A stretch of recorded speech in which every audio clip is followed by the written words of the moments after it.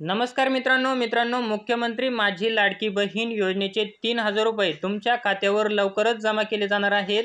याची तारीख फिक्स करण्यात आलेली आहे। सविस्तर माहिती काय आहे ते आपण या व्हिडिओमध्ये पाहणार आहोत। तत्पूर्वी आपण या चॅनलवरती जर पहिल्यांदा आला असाल तर चॅनलला सबस्क्राइब करायला विसरू नका, जेणेकरून आपल्याला अशीच माहिती ही मिळत राहील।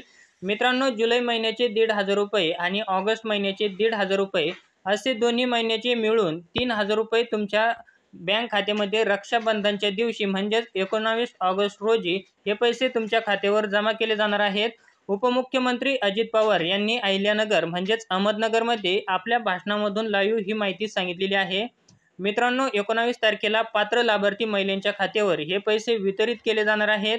आणि मित्रांनो, ज्या महिलांनी आपल्या अर्ज हा 19 ऑगस्ट नंतर आणि 31 ऑगस्टच्या अगोदर जरी भरले तरी त्यांना सुद्धा या त्यांच्या अकाउंटवर जुलै महिन्याचे 1,500 रुपये आणि ऑगस्ट महिन्याचे 1,500 रुपये असे एकूण 3,000 रुपये हे 31 ऑगस्ट नंतर पाठवले जाणार आहेत।